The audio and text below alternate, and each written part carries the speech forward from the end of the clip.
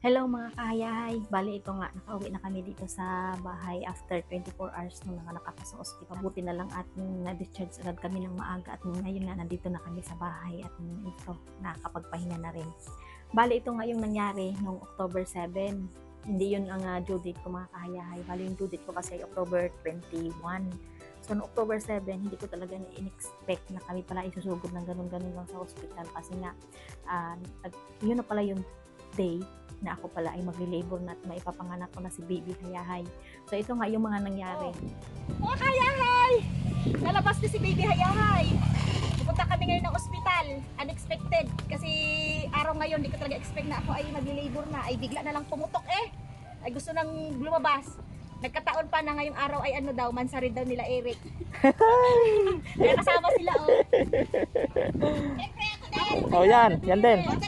Our supportive. Nagpapaani kami ng palay. Lumabas na naman yung isa. Our supportive copy lover. Our supportive copy lover. Uy, tatlo lang niya? Nga bag? Oo, tatlo lang. O, balik ka lang iba. Dito isa. Isa, okay. Sige na, sakay na. Hindi ko masakay lang. Doon sa amin. Sakay na. Sali, kaya kayo tatlo? Sakay ron. Sakay ron, tala, magtunak ko natin mo. Dito na sa ambit ulit. Kaya pa na ako napangitaan. Ito, basi, tawo. Wakang to? Ibuding. Ay, nagaling siguro. So yun nga mga kahayahay, bali sa araw nga na yun, sila ate ay nagpapaani nga ng palay at kasama doon si Honey Labs. Bali ang naiwan dito sa bahay, ako lang mag-isa. Tapos yung tatlong mga anak ko nasa school. Siyempre, ay di yun, yung nakaramdam ako na parang ako'y naiihi, siguro mga alas 10. Yung pag-ihi ko, ayun, nakita ko na mayroon na palang blood doon sa aking andis. Ay di yun, nagulantang ang lahat. Unang tinawag ko itong itong kapitbahay ko si Milen. Sabi ko doon sa kay Milen ay puntahan doon si Eric kasi si Eric yata ay parang nandun yata doon sa baba kasi wala talaga akong mautusan dito. Wala din yung asawa ni Ate Mary, wala sila lahat. Nandun sila lahat sa anihan ng palay.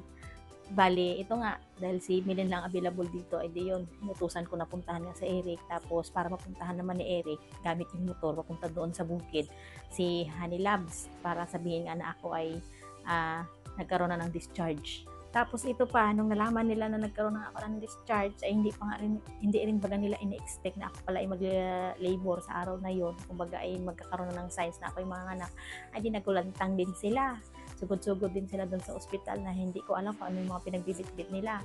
Mabuti na lang baga at sa maagang buwan pa lang naka-prepare na, naka-impake na talaga yung mga gamit ni baby tsaka yung mga gamit ko. Pero ang dami pala naming naiwang gamit pagdating doon ng ospital. Mabuti naman at full support sina ate tsaka yung mga kapatid ko. Ayan mga kayahay, dito na kami sa ospital. So si Miss Hayahay ay nandun na sa loob. At nauna yan si Ate Mary. So si Ate Mary ang pupunta doon sa loob. Ikaw lang nang sulog na. Ikaw lang.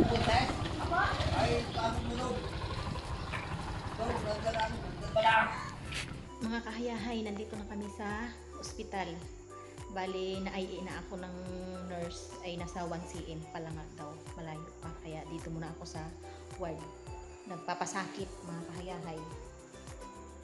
Ilang oras pa ito ng pagpapasakit bago lalabas ito si baby Yan. Ako yung mga anak. Mga kahayahay, siya ay nagli-labor din oh. Kasi ako yung mga anak. Nag-labor din siya. Kasi ako yung napagod kanina eh. Tutulong ko kay sister magkaroon ng palay, magapas. Yun, daming powers sa babas kaya. Magkakatotoo yung kanyang panaginip kagabi. Kaya po naginip ako na ano na daw.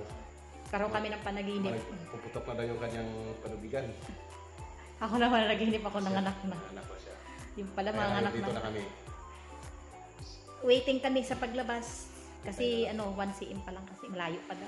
Yun nga mga kayahay, pagdating namin doon sa ospital, ay doon muna kami sa information. Siyempre lahat ng mga documents, lahat ng mga ano pang mga hinihingi nila mga information, doon muna tinanong muna ako, and then doon pa lang sa nurse ay parang inai na ako. Ayun nga na ang result ng IE parang nasa 1 cm pa lang daw. Ang nakakatawa doon dahil nasa 1 cm pa lang pala yung aking opening ng cervix, ay parang natataranta na kami, para bagang lalabas na yung bata, yung pala naman ay malayo pa. Yung umalis na kami sa bahay noon ay wala pa akong nararamdaman na kahit ano, hanggang doon sa ospital, doon sa information na ini-interview ako doon ng nurse, kinukuhanan ako ng mga vital signs, ay wala pa akong nararamdaman. Pero hindi ko ma-explain na siguro dala lang siguro ng nervyos na parang pakiramdam ko ay parang malalabas na, parang agad-agad lalabas na ganun. Parang nakaka-nervyos din baga. Almost 9 years kasi bago nasundan ang aking panganak, parang bago talaga ang lahat sa akin. Wala talaga, parang nablangko yung utak ko, paano ba ang mangyayari ganun. Medyo tumitindi na yung sakit ng aking tiyan. 12 p.m. na. Kaya kung i-rate ko ng 1 to 10, nasa 2 out of 10 pa lang yung sakit. Kaya pa naman. Parang first time ko ulit manganak mga kahayahay. Kasi nga 9 years ago, bago ko naranasan ang ganitong paglilibor ng normal. Ngayon parang first time mom ulit ako. Hindi ko alam kung paano ulit manganak ng normal. Kaya pray ko lang na parang kami safe ni baby. Actually mga kahayahay, October 21 pa yung due date ko. Pero ano pala yung date siya ngayon, October 7. So hindi na umabot siya ng due date. Ang wish ko nga sana umabot siya sa birthday ni Kamal, which is October 15. Para isang birthday lang sila tatlo. Wala tayong magawa. Gusto nang lumabas ngayon. Nai-excite na rin kami, lalo na yung aking 3 kids. Nalaman nila naglilibor ako, abang tuwa nila kasi makikita na nila yung kanilang bunsong kapatid. Kaya tinitibayan ko na lang yung aking loob, takas loob. Kasi hindi talaga biro ang mga nakakalo kapag normal. Andun talaga yung extreme pain. So yung sakit na nararamdaman ko ngayon ay wala pa sa 1/4. Pasumpong-sumpong lang yung contractions at masakit talaga pag sumumpong. Hindi ko kasi akalain na ngayong araw pala ako maglilibor. Kasi nga kagabi parang normal pa yung pakiramdam ko. Pero yung kagabi na naginip ako na nanganak na raw ako. Same kami ng panaginip ni Honey Labs na nanganak na nga raw ako. Tapos kaninang umaga, maaga pa sila umalis. Pinayagan ko umalis si Honey Labs kasi parang okay pa ako kaninang umaga. Pero parang nakakaramdam na ako ng slight na contractions. Parang yun naman yung nararamdaman ko everyday. Pinayagan ko siyang umalis. Sumama siya doon kina Ate Mary, kina nanay. Ay umani sila ng palay na Ate Mary. Sumama siya doon para tulungan sila sa pag-ani ng palay kasi malapad din yung palayan ni Ate Mary. Tapos yun nga, nag-relax-relax na ako doon sa ilalim ng puno ng aratilis na doon sa bahay ni Ate Mary. Medyo parang nakapadalas yung contractions and then nag-ihi ko kanina ayun. Nakitaan ko na ng blood yung aking andis kaya pinatawag ko si Honey Labs, pinauwi ko agad kaya yun, dali kami sugod dito sa ospital.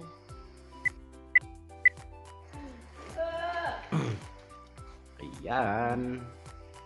Kumakain habang naglilibor. Dumadalas na. Sige lang.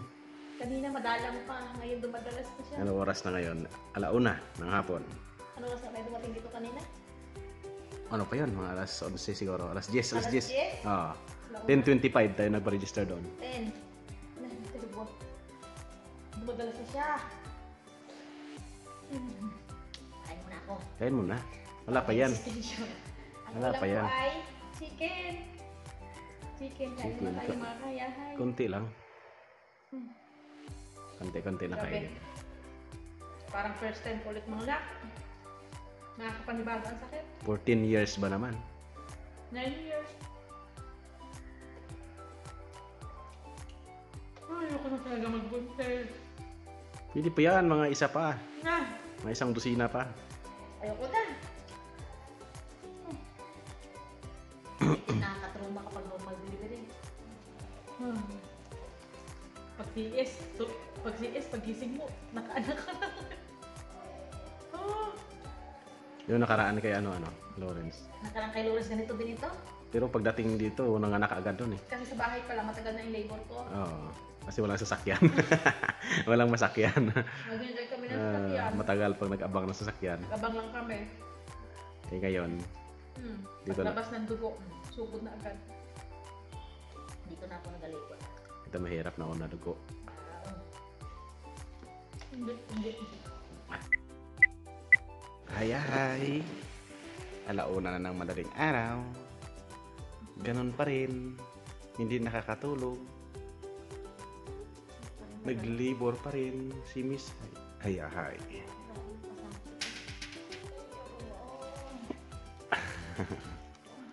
tiis lang. Ako hindi rin makatulog. Parehas kami hindi makatulog. Yun.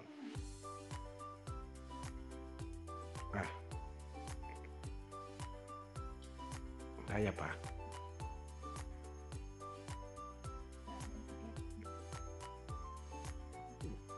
Hindi ako makatulog, hindi magkape kaya ako.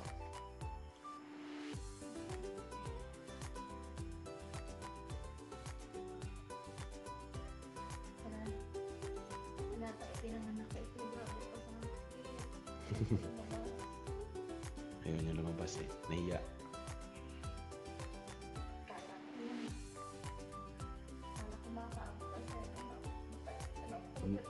Nagmamadali tayo kanina tapos wala pa rin. Baka uwi pa tayo niyan, hindi pa makalabas.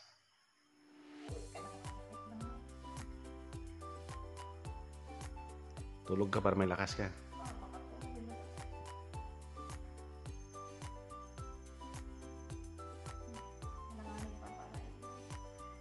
Yan mo lang, halabas din yan. Pwede alanganin.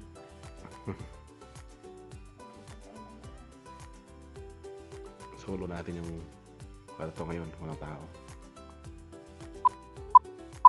Ayan, mga kahayahay. Alas 5 na ng umaga. 5 AM na. Tuloy pa rin. Gusto pa manganak ulit sa sunod. Tuloy pa rin. Ang sakit. Lumamatay na ako sa sakit. Hindi nakatulog. Tuloy pa rin. Ayan, oh. Diba ibang posisyon na. Pero ang layo pa daw, sabi ng doktor. Hindi gumagalaw yung bata. Natutulog yung bata.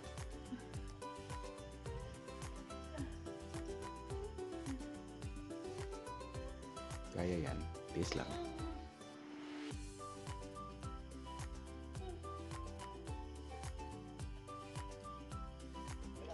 Pati ako ay hindi makatulog ng maayos na.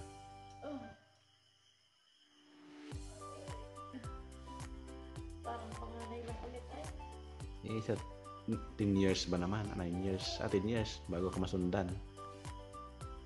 Hindi. Parang panganay ulit. Doon ni bago.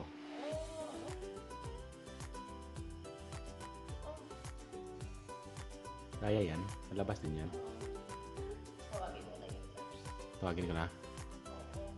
So ayun nga mga kahayahay, bali alas 5 ng October 8, grabe na yung sakit ng pag-labor ko, nasa extreme pain na talaga. Kung i-rate ko siya ng 1 to 10, ako 1 million over 10, grabe. Akala ko naman, noong October 7, pagpunta namin ng ospital, hindi na siya maabutan ng gabi o hindi na siya maabutan ng October 8. Bagamat subalit, mali talagang aking expectation. Umabot pala siya ng October 8 ng madaling araw. Tapos ang mali naman sa akin, nung pagdating ko doon sa ospital, siyempre kaya ko pa yung pain. Akala ko mga ganun lang yun. Kasi iba talaga ito, iba talaga yung pag-labor ko dito kay baby yan. Unlike doon kay Kambal, nung pagsakit, siguro mga 4 hours na ako nag-labor noon kay Kambal. Nailabas ko kasi si Kambal, si Gabriel, si Bukbok ng normal. Suhi, breach. Nailabas ko siya sa ambulance, bali lumabas kay Bukbok yung paa na una, and then hindi na umabot doon sa city, sa Calapan, kasi parang almost 3 hours pa yung biyahe. Kaya sabi ko doon sa ambulance ay manganganak na ako, kaya inilagay ako doon, kumbaga ay doon na ako nanganak sa ospital doon sa may lying in yata na nadaanan namin sa bandang Pinamalayan. And then yun nga, kay Kambal kasi, ito throwback lang ng konti, kay Kambal kasi, yun nga na-normal ko si Bukbok, si Gabriel, yung lalaki ko na Kambal, tapos yung babae ko naman, doon ako na CS. Kaya yung labor ko doon, parang masakit niya, pero parang 4 hours lang. Tapos ito naman kay Tuto, yung labor ko naman dito, it's hindi naman ganun ka-extreme pain. Parang ang labor ko dito ay parang 6 hours lang. Kaya ko, hindi talaga ako nag-iingay. Pero dito, kay baby yan, grabe. Parang sabi ko sa asawa ko, kung alam ko lang na ganito ang extreme pain, nag-decide talaga ako na magpasiis na lang. Parang talagang traumatic talaga sa akin. Parang first time ko naranasan ang ganung labor kasi kaiba nga talaga siya. Tapos ito pa mga kahayahay, ang kamalian ko doon, nung dumating kami doon sa ospital, mga alas 10, ay advice sa akin ng nurse na ako daw ay magpahinga para daw ay may sapat akong lakas sa pag-ire. Sobrang kampante ko naman kasi sabi ko ay parang katulad ng ito nituto na paglilibot ko na kumbaga ay kayang-kaya ko. Ay di ayun, simula pagdating namin doon, palibasa malakas sa internet, ay hala, sige, cellphone. Hindi na natulog, hindi na nakapahinga. Kumbaga ipatawa-tawa pa ako kay Honey Labs noon. Tapos ayun nga, nandoon na sa punto na parang nasa extreme pain na ako. Ay parang mag-give up na talaga ang aking kaluluwa at espiritu sa sobrang sakit. Tapos ang matindi nun, nakailang IE na ako, nakailang pabalik-balik na ako doon sa delivery room para i-IE. Hindi lang siguro isang beses, dalawang beses, sabi nga ng nurse sa akin, naku mamamaga yung puwerta mo kung mayat-mayat ay ganun pa rin, nasa 2 cm pa rin, hindi pa rin na-improve. Hanggang sa dumating na yung oras, siguro mga 6 na ng umaga, October 8. Hindi ko na talaga kaya. Tapos itong si Honey Labs, tatawa-tawa pa sa akin. Sinasabihan pa ako, ayan, yan na yung bunga ng kain ka ng kain, tapos tulog ka ng tulog. Alam mong magno-normal ka, hindi man lang daw ako naglakad-lakad, nag-exercise, ganun. Tapos lamon pa daw ako ng lamon, tapos tulog pa daw ng tulog. Parang nainis na ako. Tapos yun nga, hindi pa na-improve yung aking service, nasa 2 cm pa rin. Tapos itong si Honey Labs ay tawa-tawa pa sa akin. Yung bagang sa kabila ng sakit ko, ay siya ay tatawa-tawa, yung pala, style na pala yun, para parang yung tawag ni reverse psychology, para kumbaga ay, tawag dyan, sinasabi siya na ganun eh. Tapos ayun nga, nasa extreme pain pa ako, tapos itong si Honey Labs nagayaya pa sa akin, sabi niya, ay tara, ilakad-lakad natin, hindi na nga ako makalakad.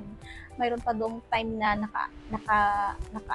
nakaupo na ako sa semento, nakaluhod na ako sa semento, lahat ng posisyon ginawa ko na, hanggang sa dumating yung oras siguro mga alas 6.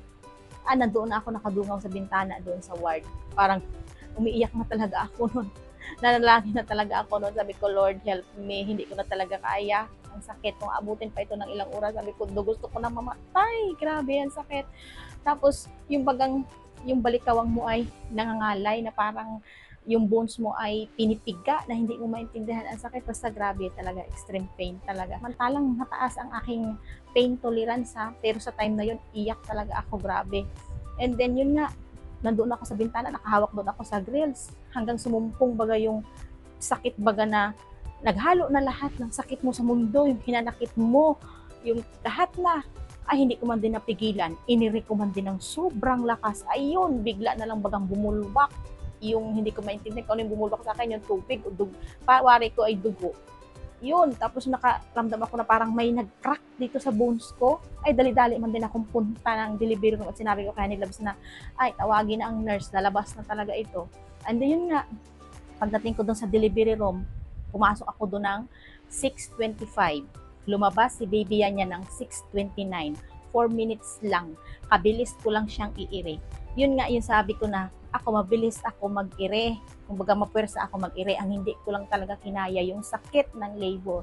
Kaya yun, time na 4 minutes lang, nailabas ko na si Vivian. Sabi nga ng nurse ay, 2 cm pa lang yun kanina, tapos lalabas na, hindi siya makapaniwala. And then yun. Yung mga kahayahay, narinig ko na.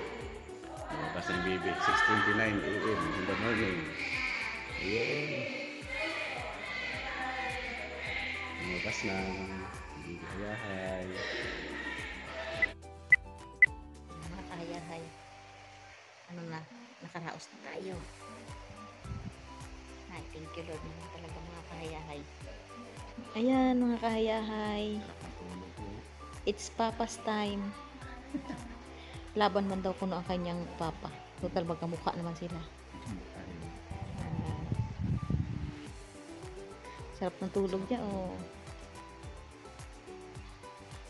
Ba, sarap ng tulog ng aming baby. Yahay talaga.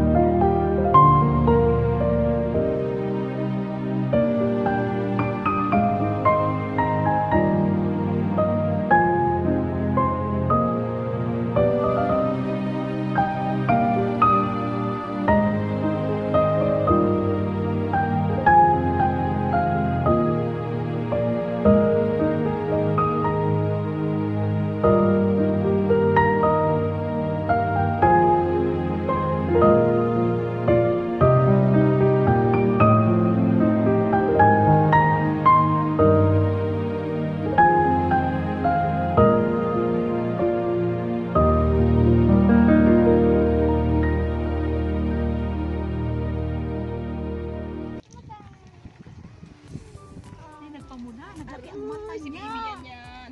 Aroy. Ah. Oh, dakay tunto gid. Ito, kapatid mo. Sabi na nga, ganito ka dito. Tawag mo na. Nananin ni bago sa tao. Huwag mo na. Huwag mo na nga. Huwag mo na kami. Diretso mo na. Buwasan yung buwakuhan niya mamaya. Diretso mo na kami sa bahay. Diretso.